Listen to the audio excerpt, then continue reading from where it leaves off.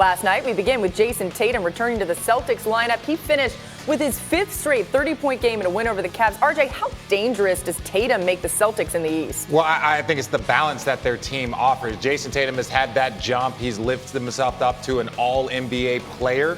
And really, when you combine him with Jaylen Brown, you combine him with Kemba Walker, they have a problem on the perimeter. So it's going to be a great postseason for these guys. How about Duncan Robinson? Drained 9 3-pointers in the Heat's win over the Magic. Seth, what's the Heat's ceiling in your mind? They're the second best team in the East, I think, and they can potentially come out of the East. But this dude started in Division III. Let's go. Now he's one of the best shooters in the whole NBA. You get him a step-in three, that dude is knocking down 9 threes. The Heat, second best team in the East. There we go. Hey, Giannis and the Bucks, as RJ shakes his head a little bit about that comment. We'll get to that. They're back on track after their loss to those Heat. RJ, will Milwaukee get 70 wins?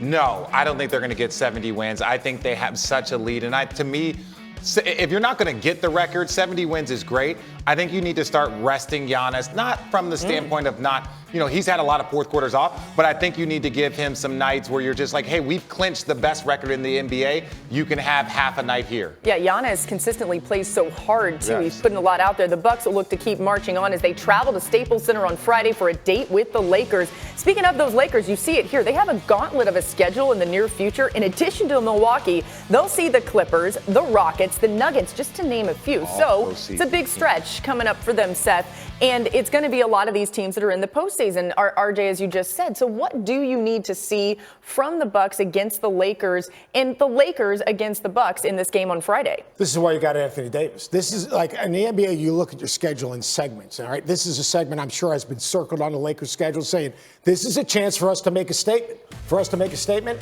Anthony Davis has got to be a dominant player. He's got to actually go head-to-head with Giannis and meet him head-on. He's got to be a guy that makes a difference, not a compliment, not Robin to Batman and LeBron James, but the focal point. That's why he came to L.A. to win a championship. This is his opportunity to send a statement that we're the best team in the NBA. RJ, in these tough games for these teams against teams that they're going to see in the postseason, is there something extra to prove even in the regular season? Because you almost wanted to get in their heads a little bit when they see them down the road? Yeah, and we've talked about this. Let's talk about like some postseason awards, like after-season awards. If you want the Defensive Player of the Year, if you want the MVP, this is the stretch right here where Bron can make a claim for MVP. Hey, you want defensive MVP? If you're Anthony Davis, this is a stretch right here where if you're one of the most dominant guys on the floor in the defensive end, guarding Giannis, helping to shut down guys from the Clippers, all of a sudden that conversation starts to creep up on everybody's list. You can start separating yourself. In this stretch that the Lakers have coming up that is so tough, what do you think their record looks like? Again, you never know with the Lakers, and I say this, they've had some bad losses to the Clippers. They've had some losses to the Bucks. I just think that for them, they need to focus on themselves and how they want to play. Greenberg talked about it. You want Anthony Davis to take that step up. You want him to be aggressive. This is why you brought him in. But ultimately, it's all going to be about how they mesh and how they play against these top teams. So we just popped the schedule up here. You want to take a stab at what you think the Lakers do against those teams? At least starting off? I think they go 6-2. Okay. I mean, 4-2, I should say, out of those 6 games. 4-2. And you saw what they start out with, of course, the Bucks on Friday. You think that's a game that's winnable for them? I think it's winnable, but I think the Bucks are going to win, in my opinion. I need to see it. I need to see the Lakers play better against the Clippers. Anthony Davis is going to be dominant in this stretch. You watch. Right. We are going to continue to talk about this game. And it's Luka and Zion last night. The future of the NBA and overtime thriller. What was your number one takeaway? When I look at Luka, I see a young James Harden, right? A guy that can score in a variety of ways, kind of moves in slow motion, gets everyone involved. And with Zion, I see a ton of room for improvement, which is scary, right? His defense, his rebounding, so many different things can improve, and he's still already a dominant player. We'll have a lot of conversation about them on Get Up, which starts in just a few minutes. Another thing, I'm getting a lot of people asking me on Twitter. Steph Curry is going to come back tonight. The Warriors season is obviously over. People are asking, why bother bringing him back? Well, because he's a basketball player, and that's what you should do. There are still season ticket holders. You want to go out there and play, and make no mistake, they were losing at a pretty significant rate when he was playing. So I don't think that that's going to change too much, but if he wants to get out there, play 20, 25 minutes a night, he should still do that, not only for himself, because he wants to be chasing things, whether it's all-time records or whatever, but he still wants to get out there and put out a good performance. I agree with you. Candidly, as a fan, I'm annoyed by the question. Yeah. And it's something we will talk about a little more. Get Up is coming your way in just a few minutes. Let me show you a little more. The NBA going head-to-head last night for the first time. Zion and Luka. You saw it late night on ESPN. Get the basketball guys in here. And they weren't the biggest stars in the house. Pat Mahomes taking in the action courtside. And let's pick it up in the first. And Richard Jefferson, look at Luka from downtown, guarded by Zion. I talked earlier about how he reminds me more of James Harden than anybody. Probably James Harden a few years ago with those types of step backs. And meantime, Seth Greenberg, we saw this is the first back-to-back that Zion has ever played, and he looked tired. He looked tired. They ran a second defender at him, and he could not score over the physicality of the defense. They're struggling. He had 9 points, 3 boards, and 1 assist in the first half. I think it's but hilarious. He would come on in the second half. We're tied at 73. We are tied no more. Look at the power from Zion. Yeah, when you can take 2 steps, do a spin move, and then just launch yourself from the dots and then dunk it with ease, that's special athleticism. Mark Cuban says, whoa, what was that? That was my adaptation of what Mark Cuban said. Under a minute to go, Mavs down 1. Luka, where are you going to go for the big bucket? How about Seth Curry knocking down a big three? Yeah, and look, he had the shot, no look pass to an open 3-point shooter. That's what makes him so dangerous. Here we go, 10 seconds to go in regulation. It's a 3-point game. Where do the Pelicans go? They go to Nicolo Melli. Who? Right That's the first time his name's ever been said on this show. This is his first year in the NBA from the Italian League. He sends this one to overtime in the OT. Zion checks in, less than 2 minutes to go, and he's still playing hard. Yeah, look, he can just explode through everybody, but he didn't come in till 2 minutes ago.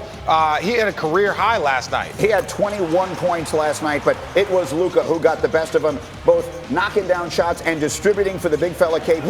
Luka with a 30-point triple-double in a huge matchup game, and the Mavs in overtime take the win. Physically, I'm feeling fine right now. I think it was just one of those things where, Drew, Lonzo just kind of came to me and was like, are you ready to play? Because if you saw me in the second quarter, I think, I just kind of turned around and looked at Lonzo like, all right, like, I'm awake now because, they just came to me and said, like, it's time for you to wake up. I think he's fine. We worry about him too freaking much, okay? He's fine. He's 19 years old. He'll be fine. Well, he seems in a good mood, and it's easy to understand why, because you lose. They lose on back-to-back nights. They lose a terrible game at home against a bad Minnesota team. They lose this one in overtime.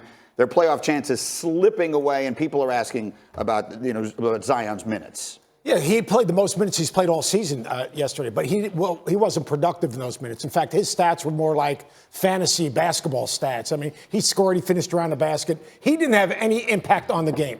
And he didn't have any impact on the game because he didn't bring energy to the game. I mean, Zion Williamson is an undersized player that has to use his quickness, his athleticism against bigger players. He couldn't finish over the physicality of this Dallas team, and he just didn't seem like he had that pop to his game. Thursday morning, Nicole Briscoe, Randy Scott alongside. Hey, it's been a while. Hi, it's nice to meet you. What are we allowed to do? We can't handshake. Can't shake I don't hands. think we can fist bump either. One of these. Hi, there we good go. to see ya. We'll show respect for the germs and our elders when we talk Tom Brady. Youth is served for the Israel Adesanya ahead of UFC 248. And hey, speaking of youth. Are you trying to make me feel old? Because when you combine Luka and Zion, you get just a teeny tiny bit older than me. Teeny tiny bit. First game of back-to-backs in Zion's career on the road in Dallas, taking on Luka. Who was there to see it? Patrick Mahomes. You know him from his time on the football field. Mavs coach Rick Carlisle here to talk about Zion. Watching him is it's like a breathtaking experience, So you got to have the kitchen sink ready to throw at him. Such a way with words. A breathtaking experience. Mavs made Zion play defense early. Watch Luka step back 3. That was over Zion. And Zion was struggling early. A little bit of a miss on the inside, and then he's going to get blocked. Keep this in mind. The Mavs set a franchise record with 11 blocks in the first half, 3 of them on Zion, who said, I think my game is progressing, but I'm still just getting my legs under me. He did play 33 minutes Tuesday night against the Timberwolves. He would play 35 minutes in this one So then in the first half, you have Zion with 9 points, 3 rebounds, and 1 assist. It's not bad until you compare him to Luka. And Luka had 13 points, 5 rebounds, and 4 assists. We're going to go to the fourth quarter. Pelicans down 2. Can we give some credit to Brandon Ingram, who's probably not getting enough attention for the Pelicans? Brings up the ball. 3, got it. That's how the Pelicans took a 1-point lead. Still that score. 2 minutes to go. Ingram, team high, 27 points, but he would foul out in overtime. Here's how they got there. Luka to Seth Curry.